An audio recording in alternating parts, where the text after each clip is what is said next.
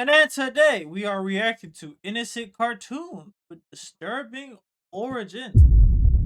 Oh man, what was y'all favorite shows growing up as a kid? Personally, my top 3 gotta be Family Guy, SpongeBob, third, probably, honestly, Boondocks. I count Boondocks as a show, as a cartoon personally. If y'all don't want to count Boondocks as a cartoon, I'd probably go Teen Titans. Teen Titans was probably, that one for me. But with that being said, let's go and get to the video and see what cartoons. Oh, Teenage Mutant Ninja Turtles went crazy too. I'll be honest, that one went crazy.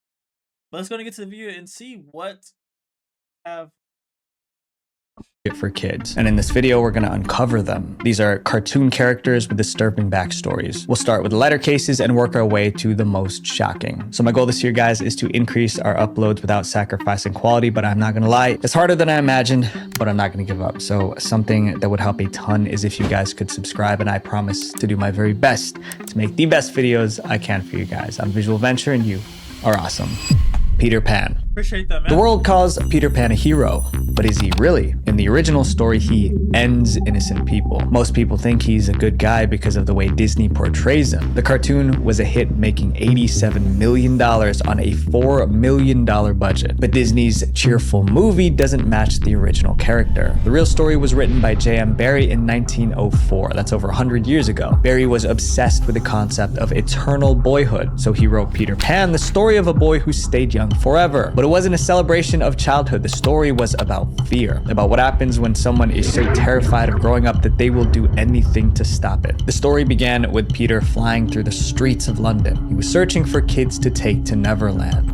Well, come on, Wendy. Let's go. Where are we going? To Neverland. Neverland? Peter's taking us. Us? He promised them a world with no rules, no parents, no responsibilities. The children arrived in Neverland believing they found freedom, but Peter had a secret reason for bringing them. He was building an army. Peter Pan had enemies, the pirates. It's actually a perpetual war going on between pirates and these lost boys. He needed soldiers for this war. So Peter is luring the So you go and grab kids for to be soldiers. To go fight pirates. Right. No, that totally makes sense. Right. these children to come fight as child soldiers in his army. The kids came for fun, but they ended up battling pirates. The pirates appeared in Disney's version too, but there was one huge difference. In Disney's story, Peter fought the pirates without trying to hurt them. But in the original, Peter slaughtered pirates without hesitation, and he expected the kids to do the same. But that wasn't the only horror in Neverland. Man, these niggas are supposed to be playing Roblox and Minecraft. You want them to go out and murk people? Nigga, how to...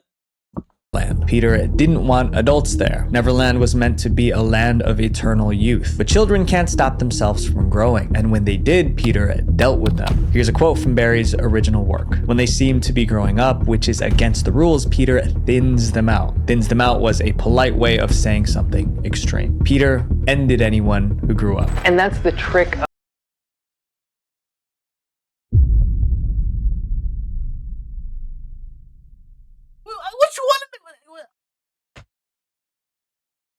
Peter, what do you want a nigga to do? What do you want a nigga to do, Peter? Please tell me. Please. Nigga weird as fuck, man.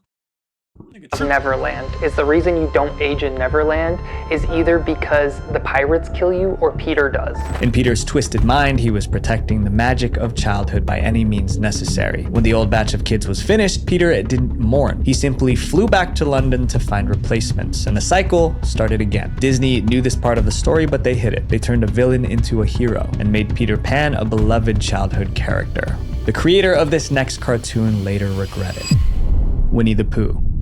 Winnie the Pooh was massive. The franchise has made more than $80 billion. That money came from books, toys, t-shirts, and even potty chairs. But behind the soft and cuddly bear is a dark story. A story that ruined a young man's life and ripped his family apart. The story begins with a writer named Alan Milne. Alexander Milne was a rather successful writer even before the first poems and books about Pooh saw the light. Alan had a son named Christopher Robin. Alan adored his little boy. On Christopher's first birthday, Alan bought him a teddy bear. At first, Christopher called the bear Edward. Then he visited the London Zoo and saw a Canadian black bear named Winnie. After that, little Christopher decided to rename his bear Winnie. The Pooh part came from a swan he liked. That teddy bear became Christopher's best friend. He carried it everywhere. Soon, Christopher collected more stuffed animals. There was a donkey, a piglet, a tiger, and more. Alan watched his son play with those toys and got inspired. He began writing stories about a boy named Christopher Robin and his stuffed animals. In 1926, the first book was published. It was titled Winnie the Pooh. And then the books featuring all those characters. There was Winnie the Pooh. Jesus Christ, she got a big ass forehead. Holy crap, look at the cranium on the... Huh? He began writing stories about a boy named Christopher Robin and his stuffed animals. In 1926, the first book was published. It was titled Winnie the Pooh. And then... Nigga, she got that LeBron James going on. Holy fuck, she got that Rihanna forehead going on. And her shit slanted too. Damn, I bet she's glad to be a woman, not a man. Holy fuck, if she was a man, she would have got her shit baked alive. The books featuring all those characters. There was Winnie the Pooh and Piglet and Eeyore and Tigger. The book was an instant hit. Kids wanted more. So in 1928, Alan released a second book, The House at Pooh Corner. Alan thought his son would be proud to see himself in the stories, but the reality was very different. Winnie the Pooh became a curse for Christopher. Christopher was 8 when the second book came out. The stories made him famous, but not in a good way. Kids at school mocked him. They sang poems from the books. They teased him for playing with stuffed animals. They called him a baby. Christopher was miserable. Soon he hated his own name. It was so easy to connect him to Christopher Robin from the books. By the time he turned 18, he blamed his dad for his horrible childhood. Christopher felt used, like his father stole his childhood for profit. He felt that his father got to where he was by climbing on top of his infant shoulders, by exploiting his childhood. Christopher joined the military. He thought serving his country would make people see him differently. But even in the army, soldiers mocked him because of Winnie the Pooh. After the war, Christopher tried to live a quiet life. He gave up all rights to the money from Winnie the Pooh. He married, moved to the countryside, and opened up a small bookshop. But even there, people connected him to Winnie. Soon, people weren't visiting his bookshop to buy books. They wanted to meet the real Christopher Robin. The worst part was his relationship with his parents. They barely spoke. In 1956, his father Alan passed away. Christopher did not attend the funeral. But even before Alan passed, he admitted his regret. He wished he never created Winnie the Pooh. But it was too late. The damage was already done. Christopher spent the rest of his life as a bookseller. He was remembered by locals as a kind man. Christopher Robin couldn't escape his stolen identity. People wouldn't stop connecting him to a character he wanted nothing to do with. And in a way, I know that feeling, but of course to a lesser extent. A few years ago, someone found my private data online and used it to threaten me. I tried removing my information from every... Good ad placement. Good ad. Yup. And if y'all don't know, if y'all pay for, I think if you pay for YouTube Premium, if y'all pay for Premium, you know what I'm saying, it gives you the, damn, it went away, but it gives you the option to skip ads. Yeah, you know what I'm saying, great ad placement though. I fuck with that, man. You know, I feel you. Yup. Good. Get your money. Out if your personal data is leaked. Up next is one of the most intense backstories ever tied to a cartoon. Teenage Mutant Ninja Turtles. Teenage Mutant Ninja Turtles was a wild idea. When I was younger, when I was like young, and I first found out about it, Raphael, that was my nigga, man. I went crazy. I wanted to be Raphael so bad, bro. But as I got older, I was like, you know what? I'm more of a Donatello kind of, you know? As you can tell by the blue light, the blue and green light. That's crazy. That's crazy how they came blue and white right when I brought up Donatello. Paid actor, by the way. Yeah. It was about 4 turtles trained as ninjas who were fighting crime, and their dad was a giant rat. It sounded ridiculous, but it became one of the most popular animated series in television history. Even I used to watch it all the time. It was great. But the turtles didn't start as goofy cartoon characters. Their original form was so violent and disturbing that no parent would have let their child watch. To see how far they've come, you have to go back to 1984, the year the turtles were born. It started as a joke. In 1983, 2 artists were brainstorming. Then one sketched something ridiculous. Eastman whips up a sketch to try and make Laird laugh. It's a turtle with nunchucks strapped to his arms. Laird grabs a piece of paper and does his own rendition. The joke didn't stay a joke. They turned it into a comic book called Teenage Mutant Ninja Turtles. Although the sketches were funny, the comic itself was brutal. From the first issue, the violence was uncomfortable. In Teenage Mutant Ninja Turtles #1, the Turtles were basically hitmen determined to get Shredder. For context, Shredder was their main enemy. In the comic, the Turtles cornered him on a rooftop. Then they proceeded to hurt him really bad. What came next made it even darker. After pummeling Shredder, the Turtles gave him a sword. They told him to finish the job himself, if you get what I mean. Shredder refused, so they threw him off the roof. The gore didn't end there. In another issue, they hurled a blade into a man. Another time, they drowned someone in a fountain. They also used swear words all the time. One reader said they weren't so much heroes as they were a bunch of mutant ninja assassins. How could someone pick up this comic book and go, hey, this would make a great lighthearted Saturday morning cartoon is beyond me. And it wasn't just the Turtles. Nearly every major character in the comic was unnecessarily aggressive. There was a robot that chewed rats alive. The artists showed every detail, bones cracking and all. Then there was Casey Jones, one of the Turtles' allies. He took down his enemies with a hockey stick. Every page leaned into violence. Nothing was hidden. So how did anyone think these Turtles belonged in a kids cartoon? In 1987, a company wanted to sell Ninja Turtle action figures, but there was a problem. The comics were way too graphic. To make the toys marketable, the Turtles had to be cleaned up. So an animation studio stepped in. They made a cartoon that turned the assassins into kid-friendly heroes. Ninja pizza? Well, what do you know? Rock, dudes. Do you realize what this is? The tone shifted from dark. Wait, I think I meant Leonardo. Wait. I think I just realized I might have fucked that up. I think I meant Leonardo. I think he was the one with the. Hold up. Which Ninja Turtle was, or where's blue? Yeah, Leonardo. My fault. Yeah, it was Leonardo. I know Raphael was red though. I know for sure that one. Yeah. Okay, yeah. Leonardo, that was the one I was Crime to playful action. Let's show them the Turtles know how to party! Even today, fans who read the original comics are shocked by how violent and weird the series was. Up next is a story that's the exact opposite of a happily ever after. The Little Mermaid.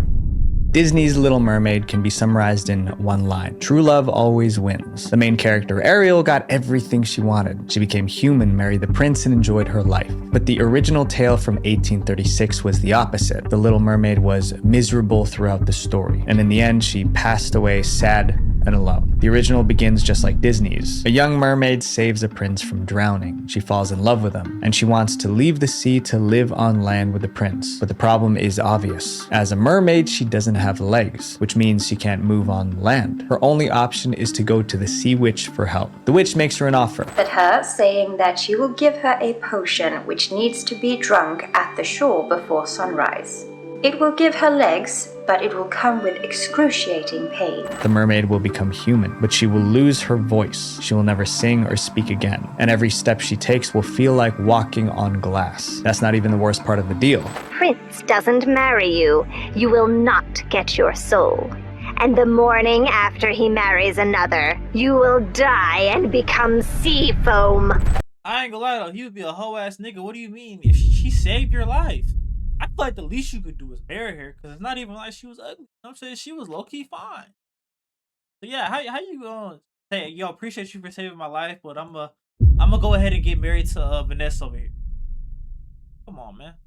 In other words, if the prince marries someone else, the mermaid will pass away the very next day. Blinded by love, the mermaid accepts. She drinks the potion. When she wakes up on shore, she has legs, but the pain is real. Every step feels like walking on broken glass. Still, she endures it. She has one goal: win the prince's love before it's too late. The mermaid eventually finds the prince. They become friends, but because she has no voice, she cannot speak to him. She can't tell him she was the one who saved his life. The prince believes another princess rescued him. That misunderstanding ruins everything. Soon, the prince announces his engagement to that other princess. For the Little Mermaid, that is her death sentence. The wedding eventually takes place. As the mermaid watches the ceremony, she remembers the witch's warning that she will die if he marries someone else. That night, her sisters rise from the sea with a desperate plan to save her. We're here to save you. cried the eldest sister. They hand her a dagger. If she ends the prince before dawn, the curse will break. She can return to the ocean as a mermaid. In order for her to live, she must end the life of the man she loves. It was either her life or his. She lowered the knife close to his heart, but then stopped. But she can't do it. She throws the dagger into the sea and accepts her fate. As the sun rises the next morning, her body begins to fade away. She thought she could feel her body dissolving into thousands of bubbles of sea foam. Soon, the little mermaid would be no more. Damn. This was no fairy tale. It was a story of sacrifice, pain, and sadness. If you grew up in the 2010s, you probably know this next cartoon, The Ice King. Adventure Time was a massive hit. It ranked second on the list of 10 best Cartoon Network shows. It even made the list of the greatest animated TV series. The show is basically about a 12-year-old boy and his magical dog. Together, they roam the land of Ooo, righting wrongs and battling evil. But this chapter isn't about the heroes, it's about the villain, the Ice King. He was an old man with a white beard living in a frozen castle. To understand the Ice King, there are two things you need to know. First, he desperately wanted a wife. Second, he kidnapped princesses across the land of Ooo, hoping one of them would marry him. On the surface, he was diabolical and strange, but the Ice King wasn't always a villain. His backstory revealed he was struggling with a curse. His backstory was revealed in season 3, episode 19 and 20. Years earlier, he was known as Simon Petrikov. Simon loved studying ancient artifacts. He even had a fiancée named Betty. One day, Simon discovered an old crown. After purchasing this crown from an old dock worker in northern Scandinavia, I brought it home and excitedly showed my fiancée Betty. The crown wasn't just old, it was cursed. When Simon put the crown on his head, it took over. The crown gave him terrifying powers. He could summon blizzards and freeze anything, but the magic came with a cost. Every time he used the crown, it gradually drove him insane. I jokingly put it on my head just for a laugh or something, and that's when it started. The visions. I fought with them, shouted at them until I realized it wasn't real, it was the crown. He started hearing voices, forgetting things, and losing his personality. I know my mind is changing, but I'm already too far gone to know what to do. Simon knew he was slipping from good to evil, and he couldn't stop it. If I do things that hurt anyone, please forgive me. Betty watched as Simon's mind fell apart. She couldn't take it. In the end, she left him. Without Betty, Simon had nothing left to fight for. The crown consumed him. That's when he fully transformed into the Ice King. This means the Ice King was never really a bad guy. He was a man suffering from the curse of the crown. Just watch over me until I can find my way out of this labyrinth in my brain and regain my sanity. If that wasn't tragic enough, his fiancée abandoned him because of his condition. That's incredibly dark for a kid's show. The Ice King... Damn, that's fucked up. You supposed to stay down and hold your nigga down, man. She just gonna up and leave my nigga like that? That's fucked up. Might just be one of the saddest characters ever written into a children's cartoon. Up next is a character who made the impossible possible. Hercules. Here's something most people don't know. Since 1950, there have been more than 50 films and TV shows about Hercules. He also appeared in tons of video games, including God of War and Assassin's Creed. Hercules also appeared in books, comics, toys, and more. Simply put, Hercules might be the most popular hero in human history. And in 1997, Disney made their own version. Their animated Hercules was a global hit. It made nearly $253 million worldwide. For millions of kids, this was their first introduction to the character. But anyone who watched the cartoon got the wrong idea about Hercules. Disney's Hercules was funny, noble, and kind. The real Hercules was cursed by the gods, tormented by madness, and haunted by guilt. The original story comes from Greek myths dating back thousands of years. Hercules' problems began before he was even born. His father was Zeus, the king of the gods, but his mother was human. What started the whole mess was that Zeus was already married. His wife Hera was the queen of the gods. When she found out about the affair, she was furious. But Hera didn't blame her cheating husband. Instead, she focused her rage on the innocent child Hercules. To her, Hercules was a living reminder of Zeus's betrayal, so she vowed to destroy him. Her first attempt came when Hercules was still a baby. She sent 2 poisonous serpents to kill the babies. The serpents slithered into the cradle where Hercules and his brother were sleeping. The serpents were meant to strangle him as he slept, but even as baby Hercules had superhuman strength. He crushed the serpents with his bare hands. Hera's plan failed, but she wasn't done. She waited for the perfect moment to strike again. Hercules became the strongest man alive. He eventually married a woman named Megara. Together they had children and lived peacefully, but that happiness made him vulnerable. Hera knew Hercules could defeat any monster, so instead of sending beasts, she attacked his mind. Hera used her divine powers to make him temporarily insane. Suddenly, the strongest man in the world couldn't think clearly. In his madness, he saw monsters everywhere. He fought back with all his strength, but those weren't monsters. They were his wife and children, and he ended them. With the madness lifted, Hercules realized what he had done. As he realized he had just committed the most unspeakable crime imaginable. The guilt was unbearable. People who once called him a hero now saw him as a villain, but Hercules was given a chance at redemption. The oracle tells Hercules that in order to atone for his sins, he must serve as the slave of King Eurystheus for 10 years. But Eurystheus was now working with Hera. Now that Hercules was broken, they wanted to finish him once and for all. So the king gave Hercules 12 impossible tasks. These would become known as the 12 labors of Hercules. Each labor was designed to destroy him. For his first task, Hercules had to defeat the Nemean lion. Its skin was so tough that no weapon could cut it, but Hercules found another way to win.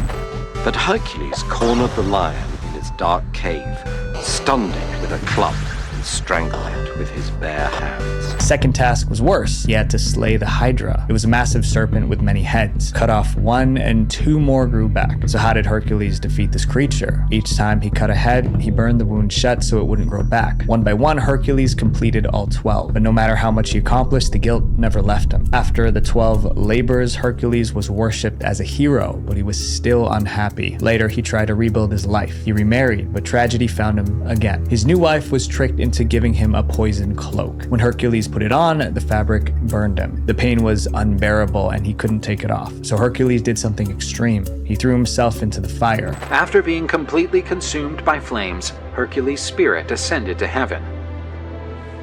After this apotheosis, Hercules arrived at Olympus, where he was received by his father as a god. Hercules experienced misery, loss, and guilt. Ironically, kids today grow up idolizing Hercules. They have no idea that the original Hercules lived a life that no one would want. This next backstory transformed a creep into Prince Charming.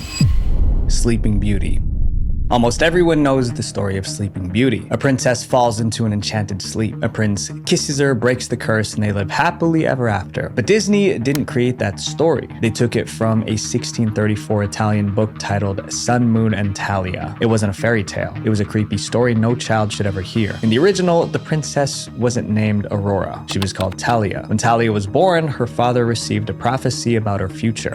Someday, the princess will prick her finger on a spinning wheel and fall into a deep, death-like sleep. No!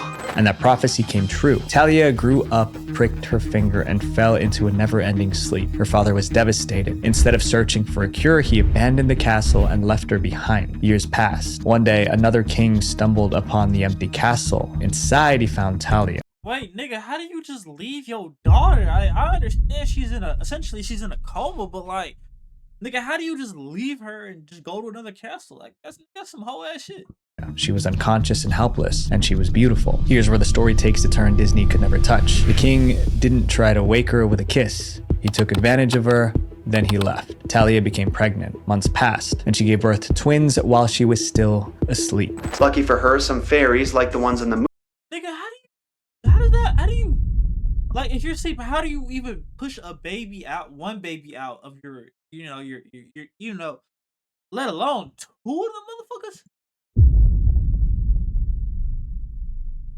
Movie help her out with the birthing process. The reason she couldn't wake was that a splinter of flax was stuck in her finger. The babies crawled over her. One accidentally sucked on her finger. One of the twins starts sucking on Talia's finger by mistake, and the splinter that was under her fingernail comes right out, and she wakes up. When she opened her eyes, she was now the mother of two children she didn't recognize. Soon, the king who violated her returned. He found Talia awake and saw the twins, and he was thrilled. That was the same man who took advantage of her while she was unconscious. But now they were acting like one big happy family. He visited often. He provided for Talia and the twins. They were happy, but they couldn't go public with their relationship because the king was already married and his queen was no fool. When she discovered the affair, she planned her revenge. She ordered her henchmen to kidnap the twins, cook them, and serve them to the king for dinner. She wanted her husband to unknowingly eat his own. The henchmen couldn't do it. Instead, they hid the twins and served the king lamb instead. But the queen believed the meat was the twins. That night, the whole time the king is eating his dinner,